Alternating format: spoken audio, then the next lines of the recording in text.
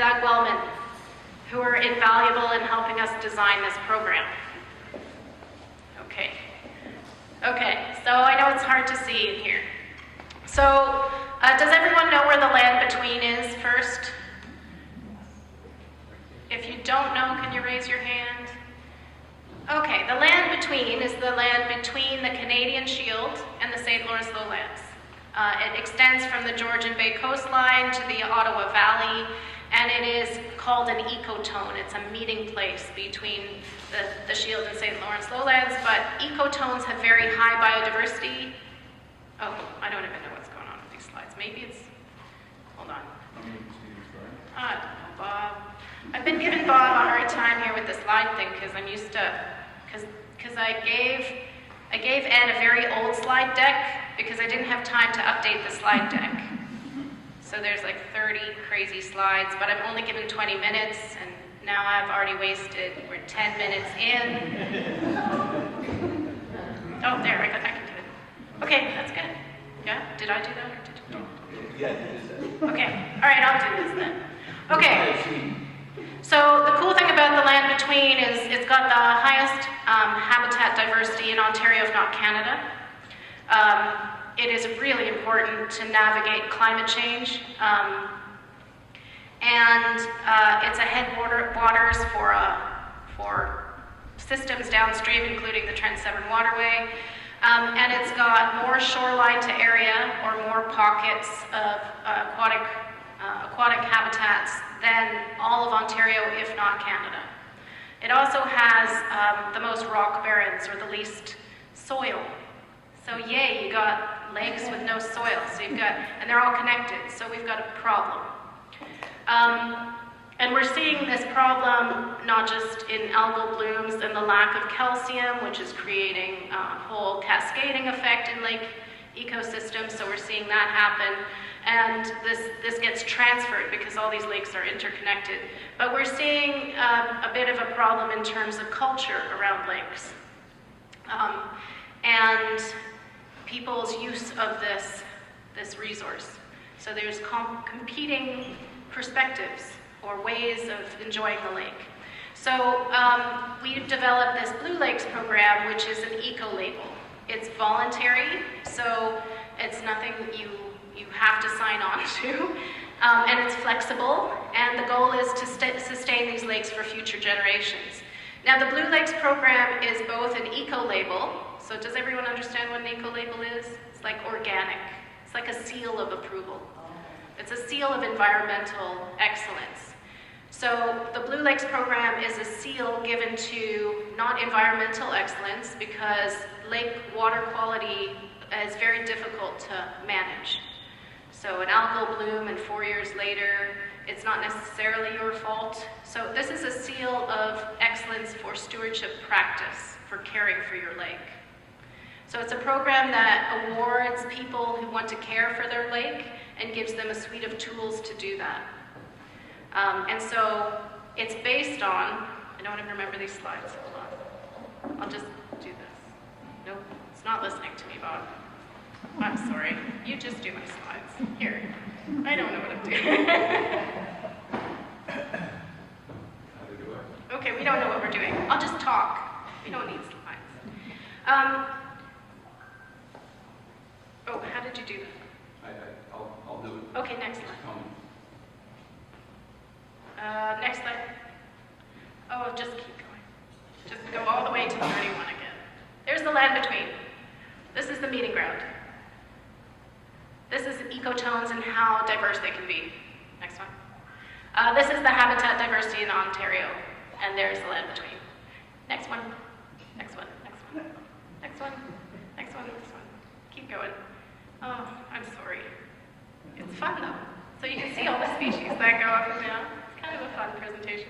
There's the lakes and waters. There's all the cool species that call the land between home more than north and south. And the shoreline is an ecotone too. So the shoreline should be, or the shoreland should be the most diverse place on the lake. Keep going. Okay, stop there. Okay, so this program I also designed with Barb King, who was just a phenomenal leader in this sector. She was the brains behind Love Your Lake and the Natural Edge program. So she was with Watersheds Canada. And so we did this also, she was part of the steering committee. We did surveys to talk to lake associations and landowners around lakes, and this is a very old survey. This is like 2014.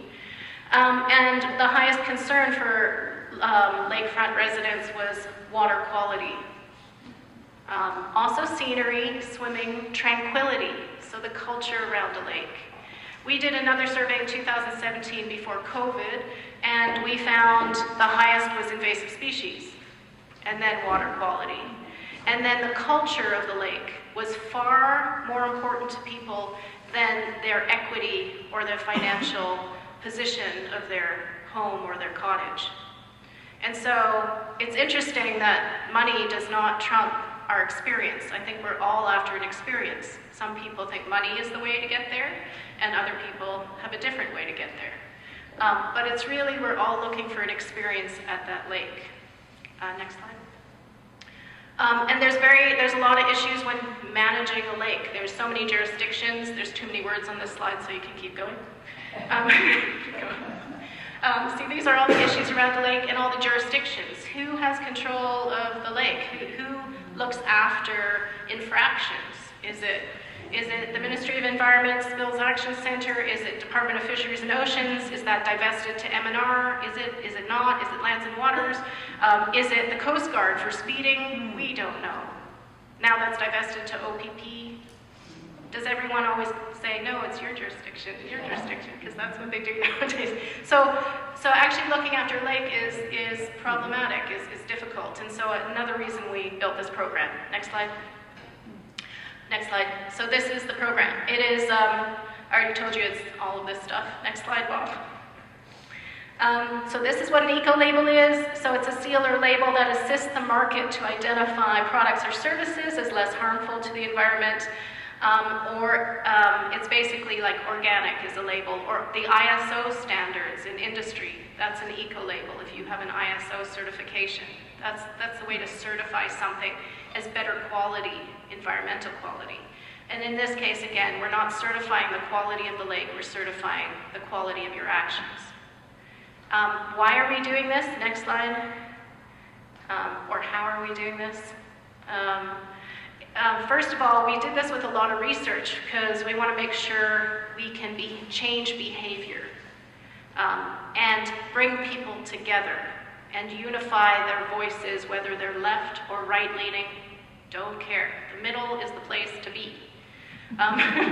So, see, I kept it calm for the camera.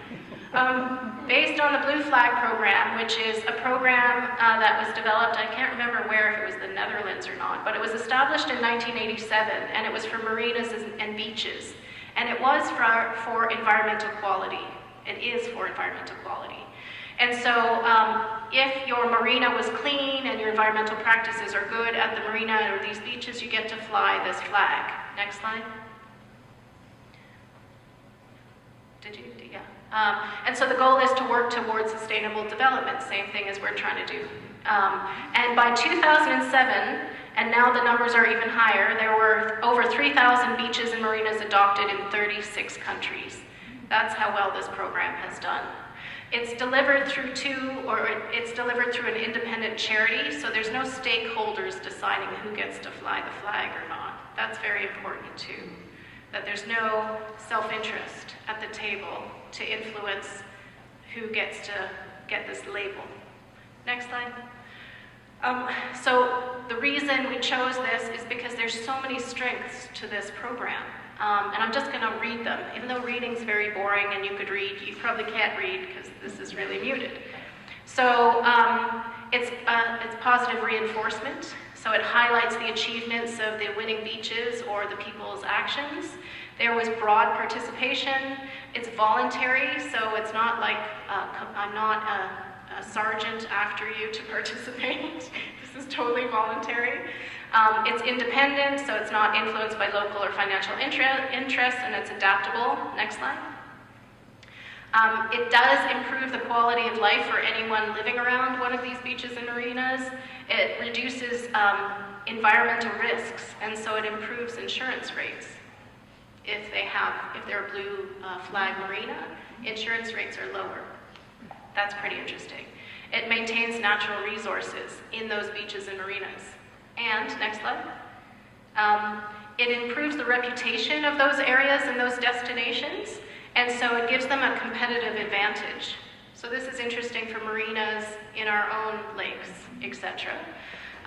It's a better position, and this is also what was really interesting. So you have a competitive advantage, you're attractive to tourists if you're a marina or blue flag beach, but it also gave anyone participating in the Blue Flag program a larger voice at the table with governments and authorities, because they were all sort of singing from the same song sheet, and it was recognized. It's a recognized label, so it gave them power at the table, and I think nowadays that's important. And there was government support for these programs. Next slide.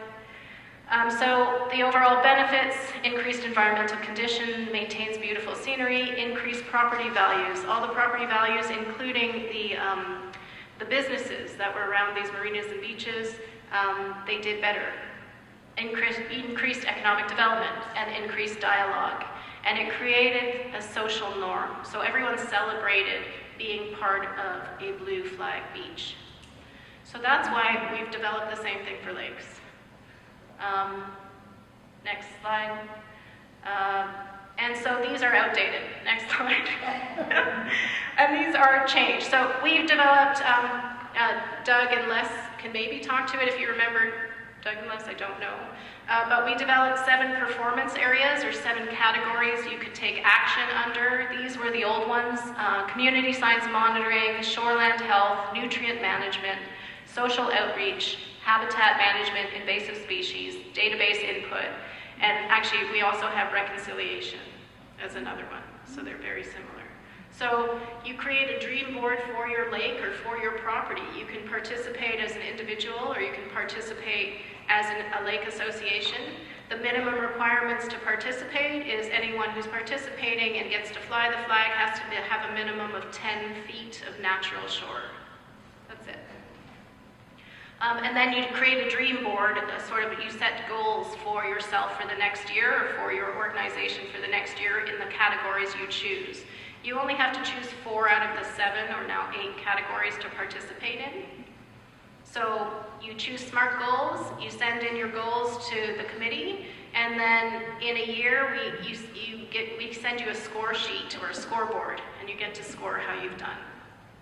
Now, that's how simple the program is, and you get to fly the flag. We also offer funding for planting. We offer the Natural Edge program through this as well. And Lily Maud right there is busy. She's a limnologist and a fisheries biologist, and she's creating education curriculum, so you have a passport of learning. We also have really cool signs in terms of invasive species that are really behavior change oriented, that you can put up around your lake. We've got signs for rental units, etc., etc. So that's a bit about the Blue Lakes. We piloted this in 2017 before COVID, and there was so much interest. It was wonderful. And then COVID hit, and things just changed in the organization. And so now we did a soft launch last year, and we used our one lake as a flagship to test out the program, and that was Mazenal Lake near Bon Echo. And so it was really positive feedback. We also offer Eurasian milfoil mapping, like GIS, for lakes. And so we've got a lot of tools to help you succeed and fly the Blue Lakes flag. And that's a bit about the program. There you go, voluntary enrollment. It reduces risks, yep. Anything else? That was 2019. Next slide. Bugs in the mud. These are some of the programs we offer, so we'll come out and run these programs for your lake. Totally cool stuff. Design your own shoreline gardens, and that's it. And the Natural Edge. So that's a bit about the program. You want to talk a little bit about the database? Oh yeah, thank you. Am I allowed to? I've talked over time. So I was directed to keep it the front end, but I think that's a good idea. Okay. Sure. Okay, so the Blue Lakes flag program is the front end of the program. The back end is For 16 years, we have been mining data across all of the land between in terms of lake health. We now have the most comprehensive database on lake health in Ontario. We are able to model what is happening with lakes. Not all of them, because there's some lakes where we don't have enough data and we're still gathering old paper files of water columns and encouraging new data beyond the Lake Partner Program, so lake water profiles, et cetera, to import calcium, et cetera. So we've been playing with the data. We are partnered with UOIT, Dr. Andrea Kirkwood on this as well. And so we can see what's happening in terms of anoxia. So we can tell you which lakes are losing fish habitat in terms of thermocline declines, or thermocline, yes, declines, and anoxia increases. We can also model, we've modeled shoreline development against phosphorus, and we can show you correlations. We've looked at changes in vegetation cover and human footprints and how it's affecting lakes. So we're doing a ton of research. I didn't bring those slides because I was told to keep it to 15 minutes. But for the lakes that are participating, we can give you a report card for your lake. And we also have written letters on behalf of lakes to the Ministry of Natural Resources or others to help advocate for keeping certain bays natural, etc., and giving them the science to do that, to speak from the science from that platform. So the Blue Lakes database is growing. We're hoping to get an NSERC grant, and we're hoping to do a GROW grant as well to grow this program, but also grow the database. So we can actually we've looked at, say, 5 different lakes that are the same shape and the same part of the watershed.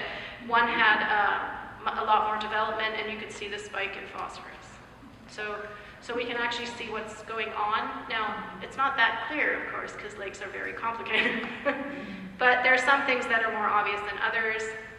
So we know sort of which lakes are priority and need more help than others. We don't publish that information, by the way, because when we piloted or when we calibrated some of our analyses, it was on lake trout lakes, and it was on growing anoxia, dead zones, and so shrinking fish habitat. And we had a steering committee of 9 biologists from the Ministry of Natural Resources and Ministry of Environment, Canada and Parks. And when I displayed the lakes that were having a hard time and the lakes that were in great condition, every single biologist got up from the chair and went to the board and said, "Where should I go fishing?" So then I realized how powerful and dangerous that data is. It can collapse the economy or the, okay, bye-bye. Question? Oh, no, okay. Question? Camera. Yes, questions? Do you collect data from fishing tournaments? Oh, no, that's a great idea. There was one recently on Stony, and I would think that would be useful to you. That's a brilliant idea.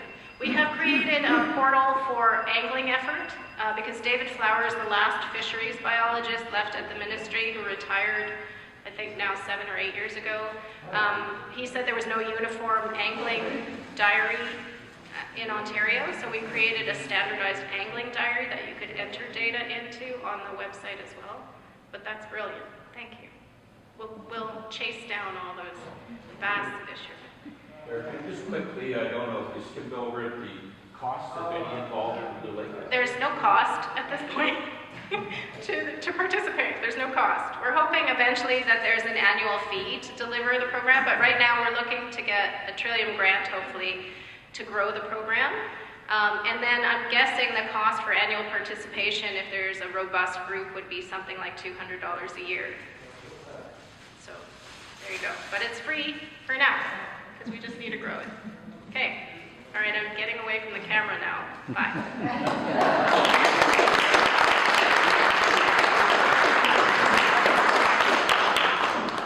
Thank you very much, Laura. Really, really good program. I encourage you as individual shoreline property owners, lakefront property owners to consider this. It's very worthwhile, and it gets the message out there. Okay. Thank you. For you.